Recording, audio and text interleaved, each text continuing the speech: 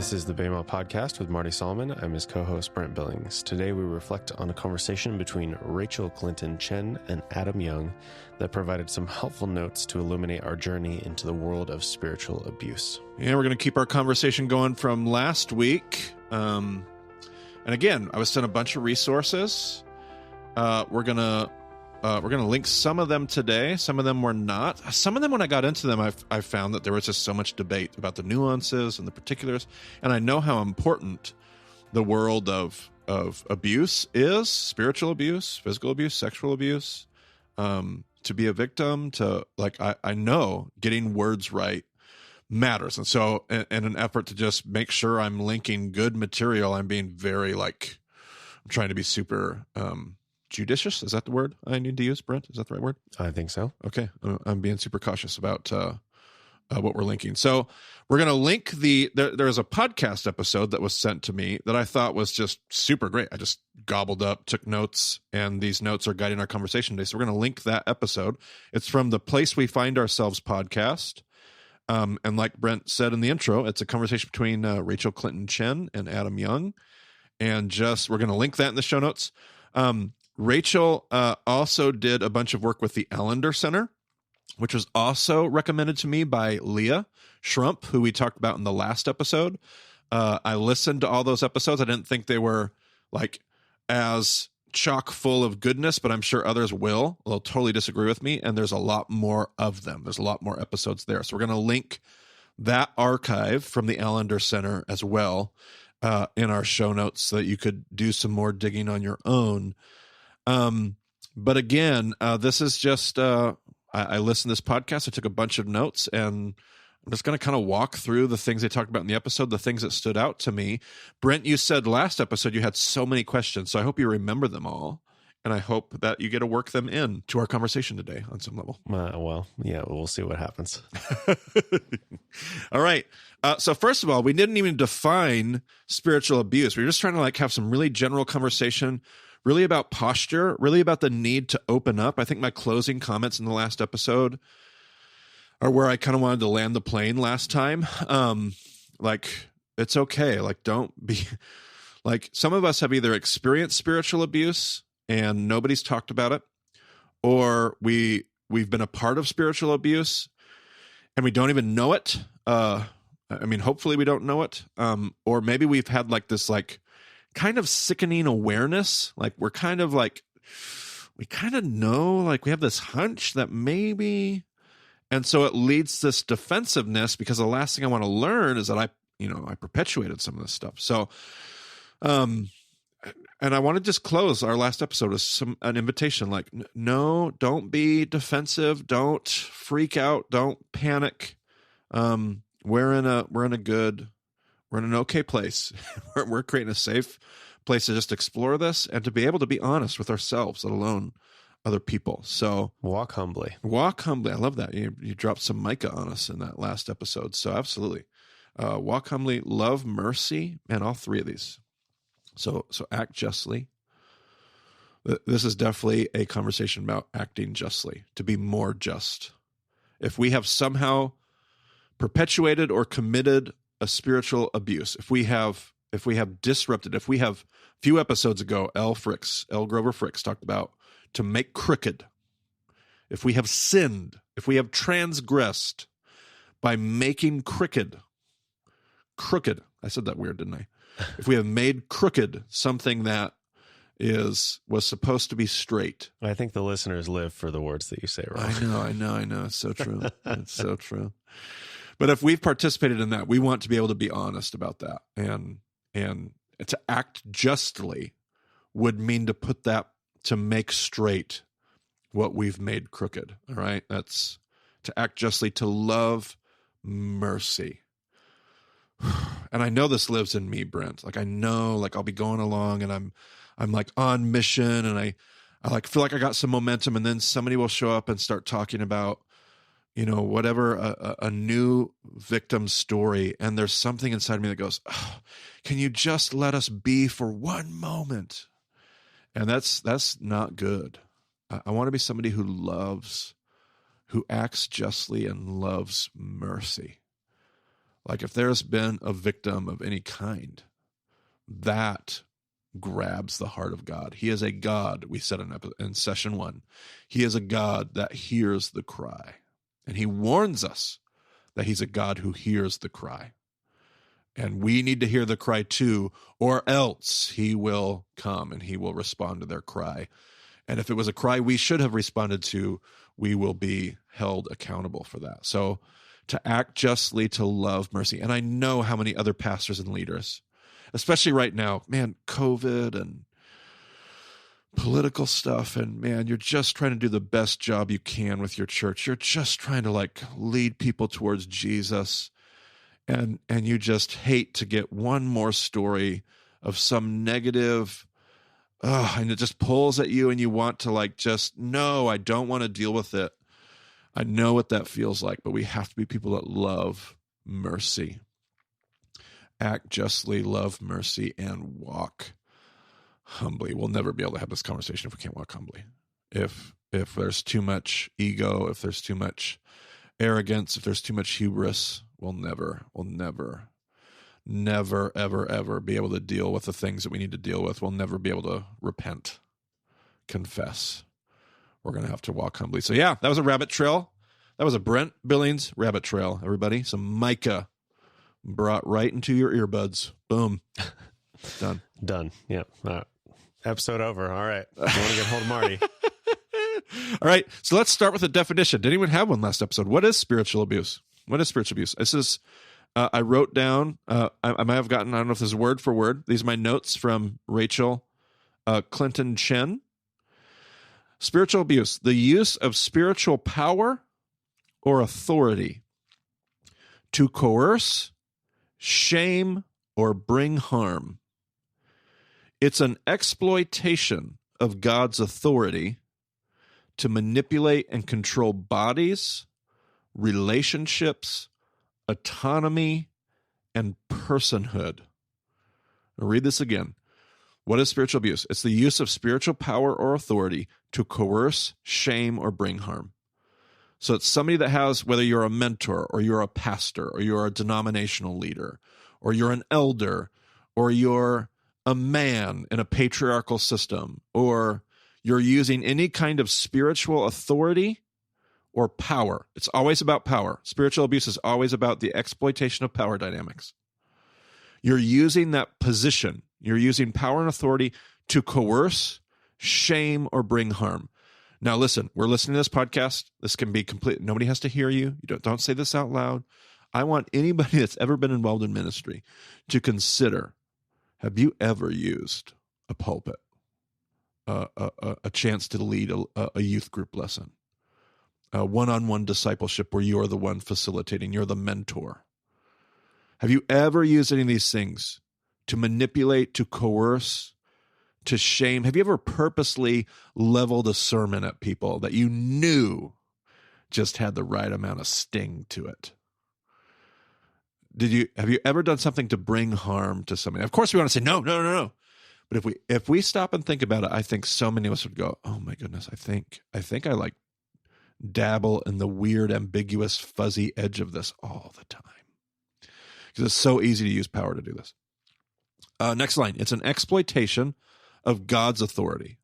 So it's really God's authority. God is the only authority here that matters. It's God's authority, but somebody is using their position of power to exploit God's authority and use it to manipulate and control. And then these are 4 key distinctions: to control bodies, whether it's sexual abuse or anything else, control bodies, control relationships, marriages, to control autonomy, to take somebody's autonomy away, to take away their ability to think for themselves, and their personhood, their humanity, to rob them of their full self as a human being, as a person, their autonomy, their ability to make decisions and think for themselves and have their own volition. And we rob them of that and take that away from them. That's spiritual abuse. Spiritual abuse. Okay, question. Yes. So obviously a senior pastor or somebody preaching, this is applicable. But how far down the stack does this go?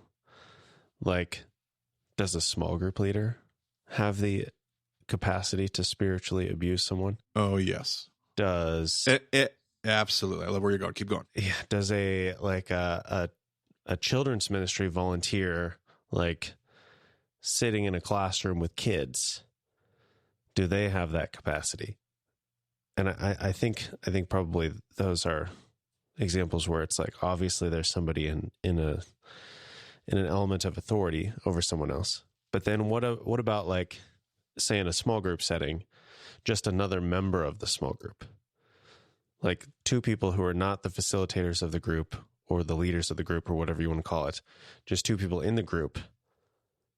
Is there capacity there? Like where all can this play out? There's absolutely capacity, because what about that person in the small group that has the Bible college degree or just has the type A personality and is really articulate and well-read, and they use that to like lord it over somebody who's not as well-read, and they make them seem, and so then they use this fact that they're more educated, they use this fact that they're more equipped, they use the fact that they have more experience, they use this fact that they're older, they have more age, or they're younger and they have more relevance and they're more informed. Anytime you can take and use any position of authority, whether it's no matter where it comes from, personality dynamics, anything, and you use it to spiritually manipulate, coerce, shame. Oh my goodness, this can happen on any level. And yet probably the worst exploitation of this is when it gets systematized by those who are in more vocational. But you are absolutely right. We have to be aware of any relationship where we have power dynamics. A parent, any way that there's power dynamics at play, and we're exploiting God's authority to control and manipulate other people and their choices, their bodies, their humanity. Absolutely. Great question. Okay. So this is an example that is like, don't read into what I'm talking about as far as the situation. But I grew up in an environment that did not emphasize spiritual gifts whatsoever. But then one day when I was in high school, I think, maybe college, I found myself in a friend's home in a small group setting, and somebody said they wanted to prophesy over me. And I didn't know even what that meant, let alone had ever experienced it before. But someone was like, okay, and they like put their hand on my shoulder and they're like, I see a vision of you like in this cave on the side of a cliff, blah, blah, blah. And I don't even know what that meant. To this day, I can't like figure out how that connects to my life. So I'm not, but whatever. Like I'm not making any commentary on spiritual gifts or prophecy specifically or anything like that. But I felt uncomfortable in the moment because I didn't know what was going on, and I wasn't sure. I didn't feel ashamed that I didn't know. I was more confused. But I'm not like, would that be considered spiritual abuse? Like if I didn't have like some kind of negative effect for it, or like how do I look at that kind of situation? Yeah, and I think what I would like to do is stay away from saying it was or it wasn't spiritual abuse, or because there's going to be such a gradient scale. And what instead I would want to do is I would want to reflect on what the things that were problematic, wrong, maybe even about that interaction. It has nothing to do with the theology and the spiritual gifts, like you said. But did somebody invade your? And it kind of sounds like they kind of got permission, kind of, sort of, but they didn't respect your personhood, and they didn't respect your autonomy, and they didn't respect and then depending on the tone and the posture, there's so many things that could have been wrong. And we would say, using today's, conversation today, abusive in nature. Now, again, a lot of people are going to be like, oh man, you're going to call that spiritual abuse. Well, I don't know. I don't really know if putting the label on it is nearly as helpful as going, okay, wait a minute.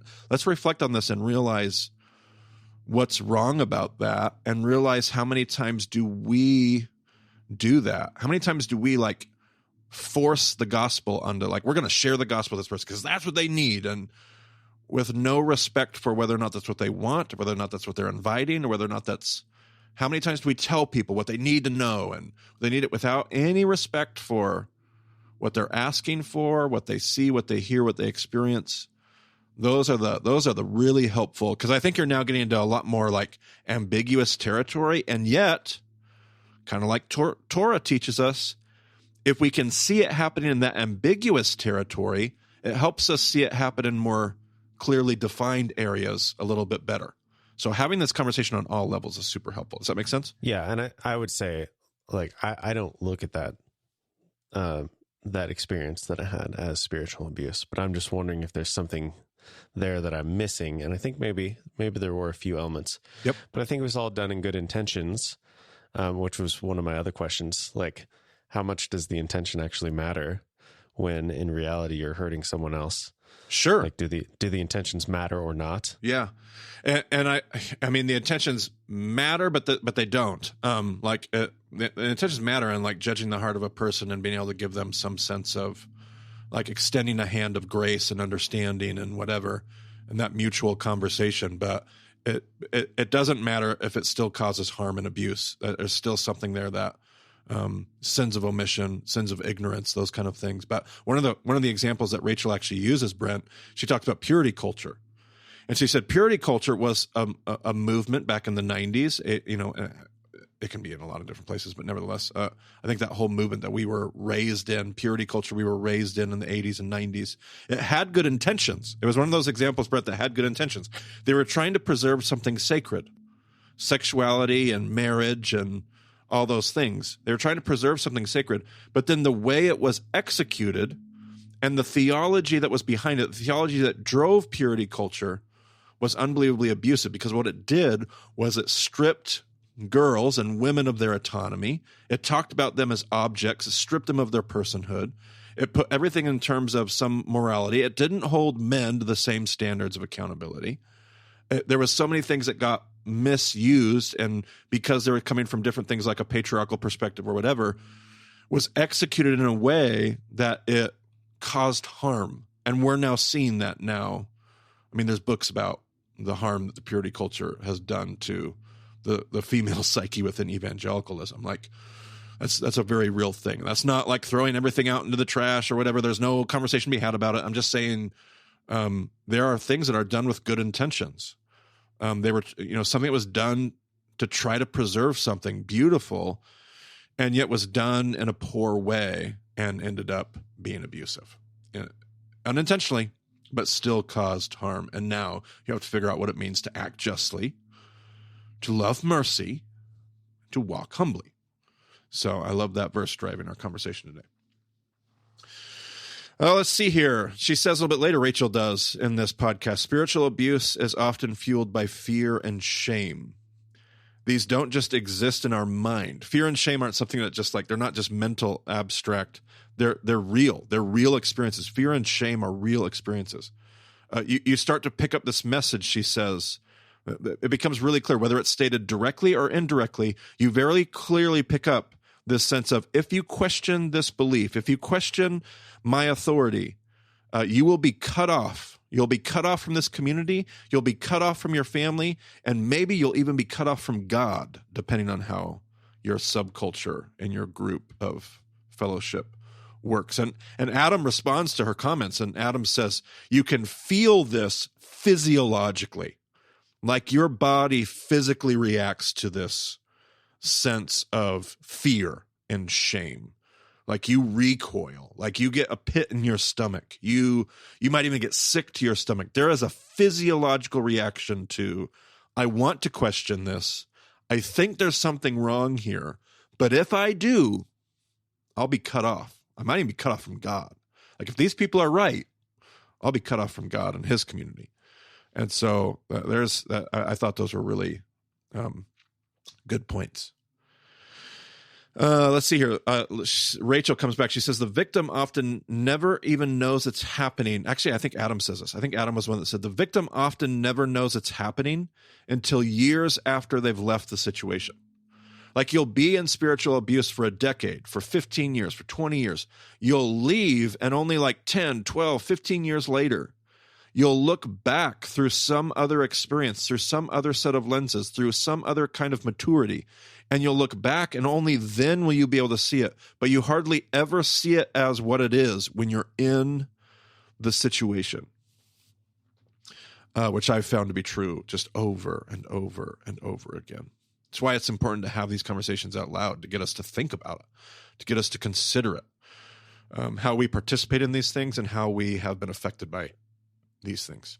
Yeah, I was reading this story the other day about a woman who was going to a Christian counselor, and she, had been going there for a while, and he started to sit next to her instead of across from her, and then eventually started to put his arms around her and just like all this stuff. And it's like, oh my gosh. Like, and then, absolutely, like he crossed the line so many times, and then eventually built up to the point where he was like expressing these fantasies about running away with her and all this stuff. And it's like, what? And then like the way it's written, it makes it seem like this all happened over the course of like maybe a couple of months. And then she's like, no, I was with this counselor for 4 years. I was like, whoa. And it's just like, and the whole time she's thinking like, oh, well, this seems weird, but he knows what he's doing. He's a trained counselor. So, right. And you just think like, oh, I can't trust my gut here because I don't have that authority.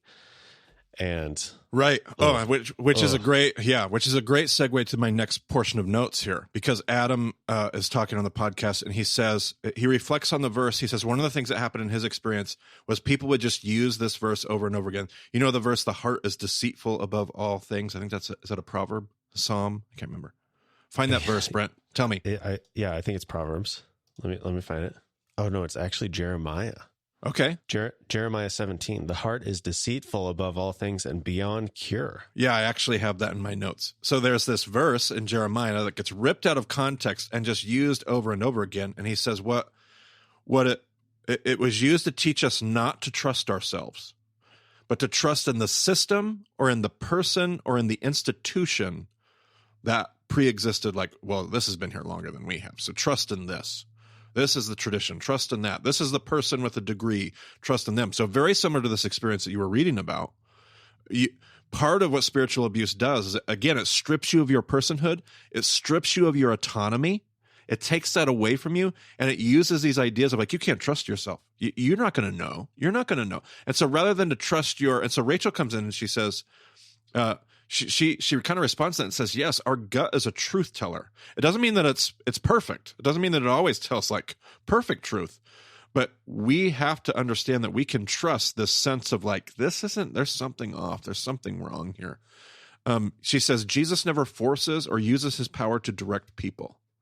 I mean, there's some nuances here. Like you could like, well, what about this passage? And what about, okay. Yeah. Jesus often, not all the time, often asks permission or responds to a request. So Jesus never, like hardly ever just bowls into somebody's situations like, I'm here, I'm going to heal you, I'm going to pray for you, I'm going to do this thing for you. Usually somebody's asking Jesus to do something. Or Jesus says, what do you want me to do for you? There's this respect for the person's personhood at all time, their humanity. There's no posturing with Jesus. Jesus is never posturing himself against people. All kinds of other people, the Pharisees, the teachers of the law, whatever, like all kinds of other people will posture. Even outsiders will come and they'll posture themselves. They've been victims. They've been hurt. So even the woman at the well, she's posturing herself. But Jesus never postures himself. Like there is that one interchange with the woman at the well, now that I think about it. But there's no direct posturing of Jesus against. She says this, to start with this line, that your heart is deceitful above all things, and to rip that verse out of context is so destructive. Because the Bible says an awful lot of things about your heart and your conscience and who we are and what we trust and how the Spirit moves within us and how the Spirit leads and guides us. So to simply use this one verse repeatedly out of context is so destructive, she says. She goes on to say, using dogma and orthodoxy to bring cohesion with tribal groups and bringing healing, because we all have this desire to belong, right, Brent? Do you have this awareness of your deep desire to belong to something? Yeah, I think so. Yeah. We all have this, like, I want to be a part of something that gives me a sense of my identity. It gives me a sense of meaning and of purpose. She says, when you use dogma and quote unquote orthodoxy, I'm not talking about real true, I'm talking about the way that we package orthodoxy to bring cohesion so that people will find belonging. and she called it healing to our fragmentation, because we're all broken human beings. So we all have these parts of us that are fragmented, parts of us that they're not tied together. There's too many loose ends, that we're not whole. We don't have pure shalom. So there's all these things that are, and so what these groups do is they come and they bring a sense of belonging. A spiritual, a cultic spiritual abuser will come in and he'll bring a sense of identity, a cohesion. He'll heal all this fragmentation by giving you a sense of belonging and healing to all of that, by making sure that you're a part of this thing that's not to be questioned.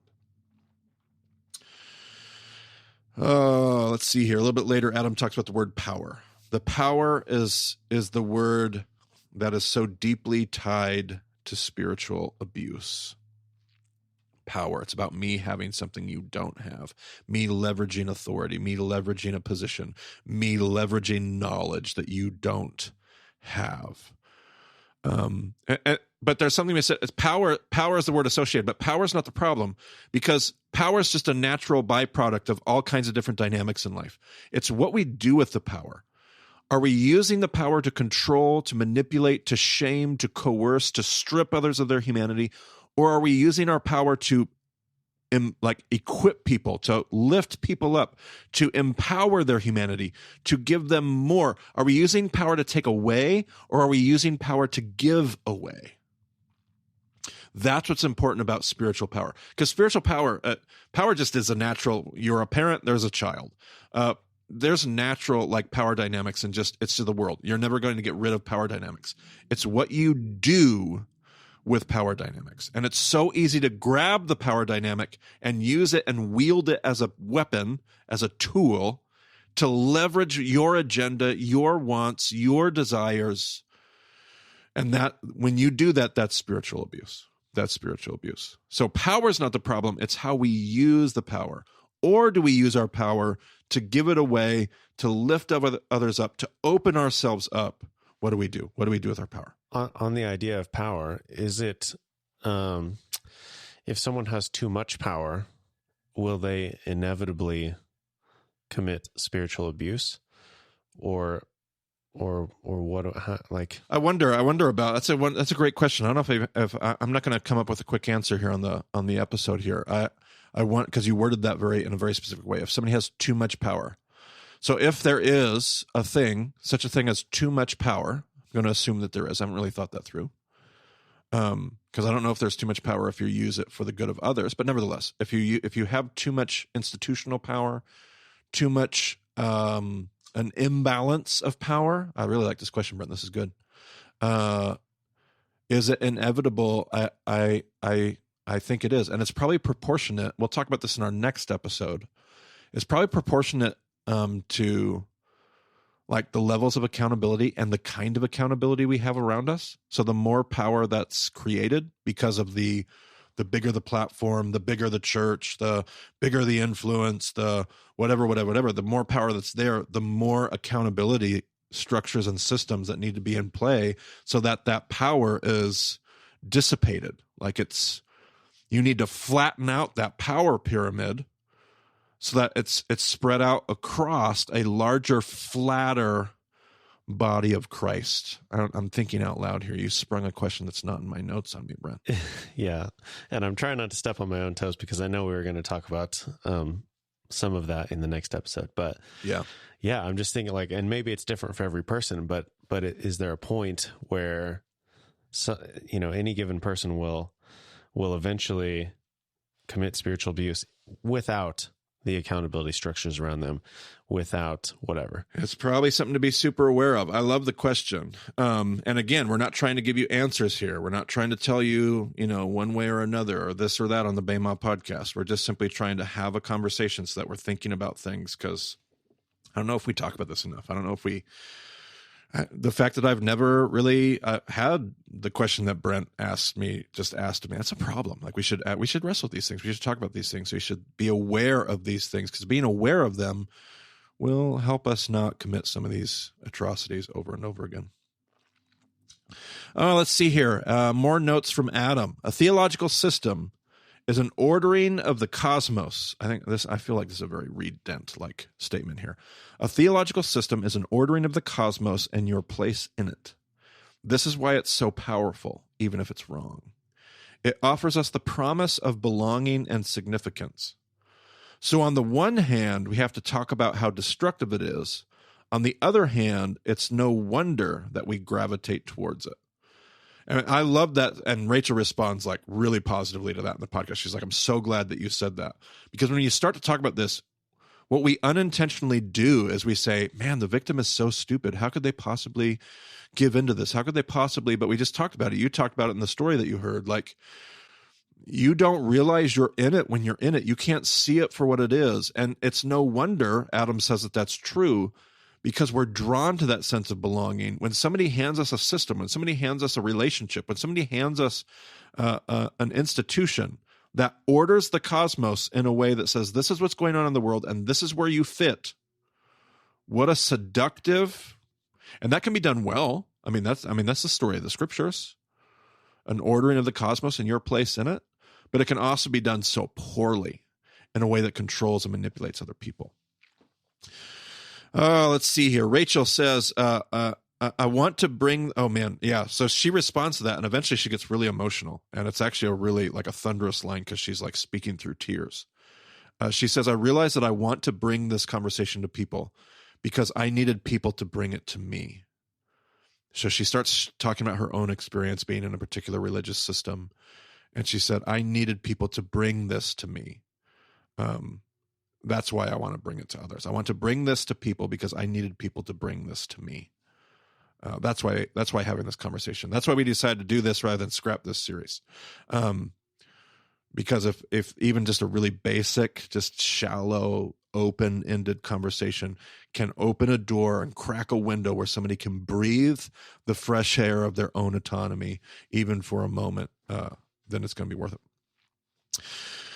Let's see here. Adam says, when we have endured trauma, we often don't have the ego strength to set out on our own adventure. To set out on our own adventure towards God so that we venture away from him. When we have endured trauma, we often don't have the ego strength. Like when you've endured trauma and you need to get out, you often don't have the strength within yourself on your own to just set out towards healing. And to get away from this abusive, you've been depleted. And that's why so often we find ourselves in a really tricky situation. Rachel says, she says, I can remember this feeling. She says, I felt like, and then she quotes herself thinking back. She says, I could probably do without much of this community, but I don't want to lose Jesus. Like her identity with Jesus, her identity as a follower of Jesus was so tied up in the community of people. She's like, this community is kind of weird and wacky, and I could probably do without it. The problem is it's the only way I know how to identify with who Jesus is. And there's so many parallels we could draw between like abusive relationships, like physically abusive relationships, like the abusive husband that's beating the wife, and why does she stay in there, and codependence, and how do those things work together? It's the same idea of this is all I know about life. This is all that I know about Jesus. This is all I know about relationships. How could I ever step away from this? Because then I'll be lost. I'll be completely lost without any belonging, without any identity, without any sense of true north. This is where we get stuck. And spiritual abuse leverages that. It sees it and it leverages it. So at some point, Adam says, Rachel, tell us about what are some symptoms? What are some symptoms of spiritual abuse? Like if you were suffering from spiritual abuse, and if we're saying that you don't really see it, like you often can't see it when you're in it. If you did have enough perspective, if you had just enough ability to look around, what would be some indicators, some symptoms that you were in a spiritually abusive situation? And she offers a small little list. She says, ask this question: was there any room for questioning? Obviously, that's a big value for us here at Baymont. Yes, Brent? Yeah, pretty much our number one priority. It's one of our 4 pillars, the idea of wrestling. Is there any room for wrestling? Is there any room for questioning? Is there any room for asking questions? Because if you can't question the leader, if you can't question the institution, if you can't question the body, if you can't question the theology, if you can't question that, what's going on there? You can't ask any questions. You can't.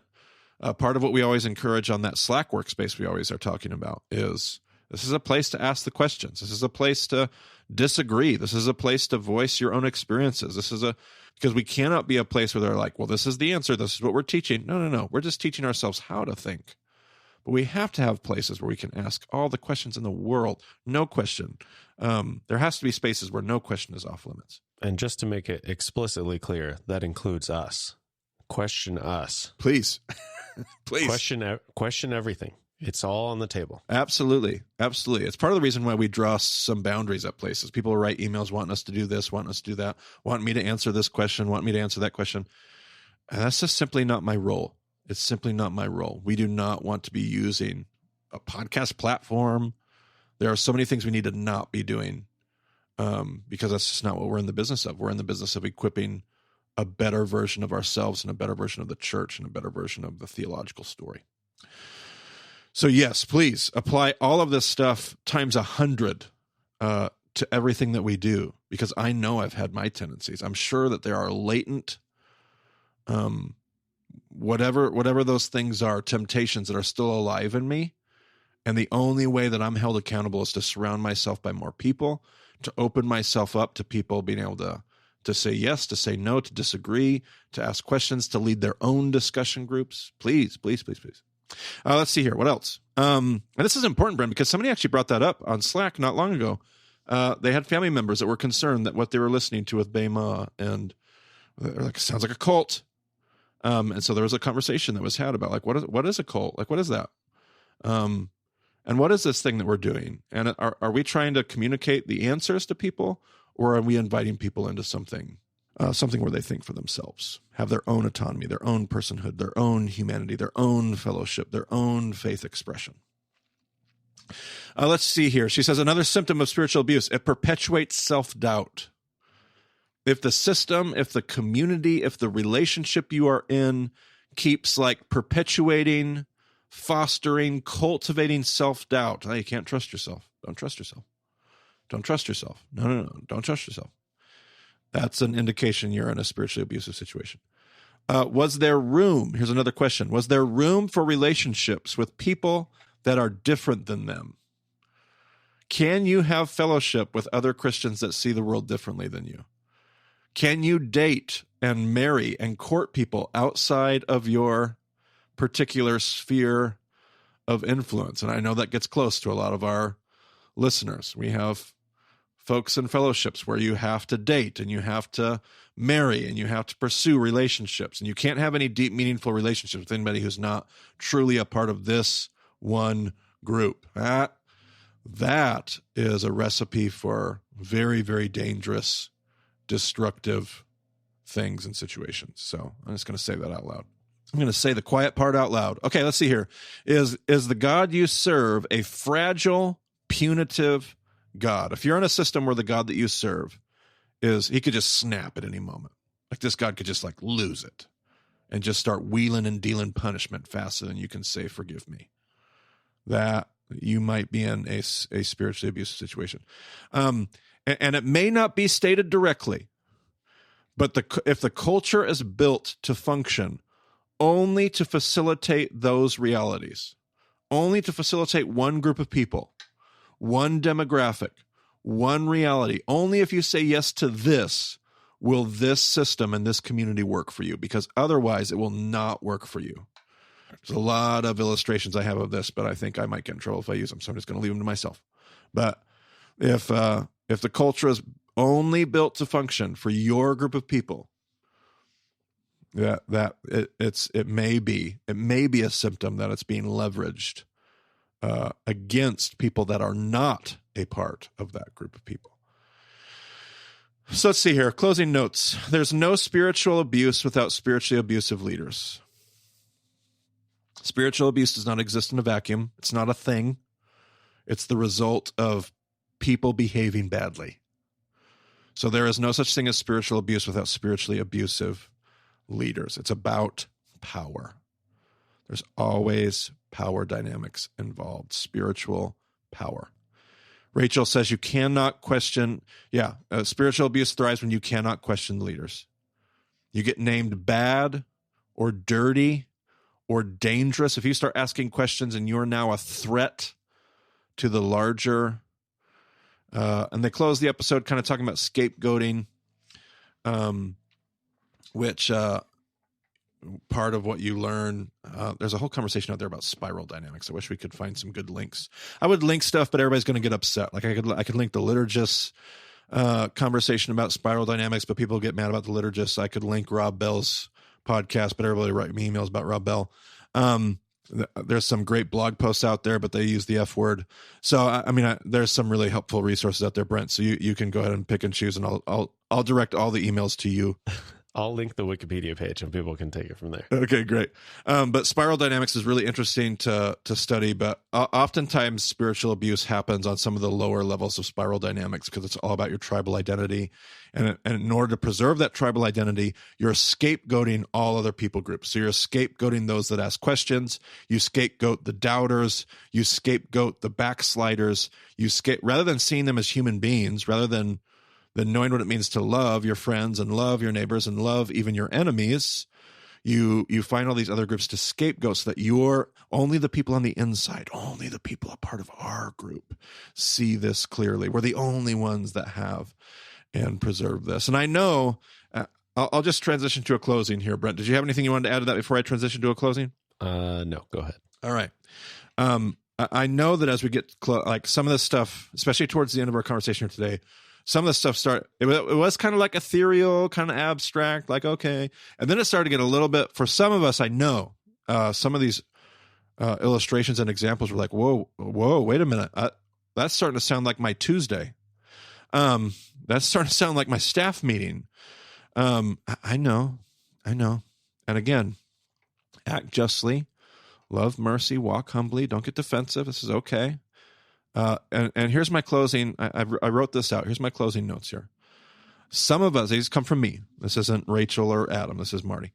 Some of us, as we listen to this series, some of us, as we engage this topic and wrestle through this, some of us will grow and we will humble ourselves and we will confess and we will repent, truly repent and change, like we talked about last episode. Some of us, we are spiritual leaders, and we are hearing this, and we know that we're we take part in this. This is a part of what we do, and we're going to change. And I know it's scary, and you don't know you would never even know how to do your job without this.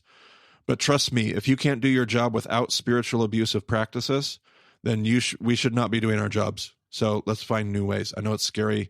I know we have to learn some new tools. I know we kind of have to go. It feels like we're going back 3 steps, 2 steps forward, 3 steps back, but it's worth it if we're going to act justly and love mercy and walk humbly. Some of us will grow and humble ourselves and confess and repent and change. That's what some of us need to do. Some of us hearing my voice, that's what we need to do. I will put myself in that category. That's the journey that hopefully I've been on for a while, and I know it's the journey I need to continue. I need to continue. I am too used to these tools of power.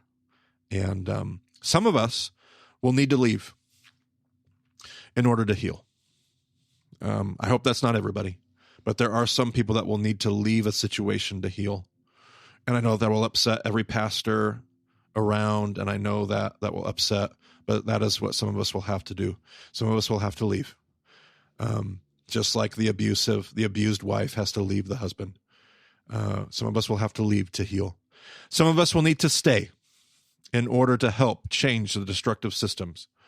If there's still something, sometimes there's not. Sometimes something is so destructive, so it's beyond that point of like trying to redeem and steer and change. But sometimes there's just some things that need to be repented of, some things that need to be removed, and we can build back. We can do something. We can build something that's better. But if there is something if there's something redemptive to be done, some of us will need to stay. It's part of why I stay in the church. I don't think the church is too far gone. A lot of people disagree with me. A lot of people think the evangelical church is way too far gone. It's beyond redemption. I don't necessarily see it that way. And so I stay, because I think if we have enough of these conversations and continue to grow and continue to develop and continue to change, what we have at the end of that process will be so much better than anything else that we had before, because the process will have been worth it. So we keep having the conversations, and I hope that you join me in continuing to reflect, to be curious, to be empathetic, and to keep growing. Those are my thoughts for today, Brent. We got a couple more episodes left in the series. Oh, man. Okay. It's good. It's good to talk about this. I'm enjoying it. I'm learning a lot, and hopefully we're all learning a lot. So, yeah.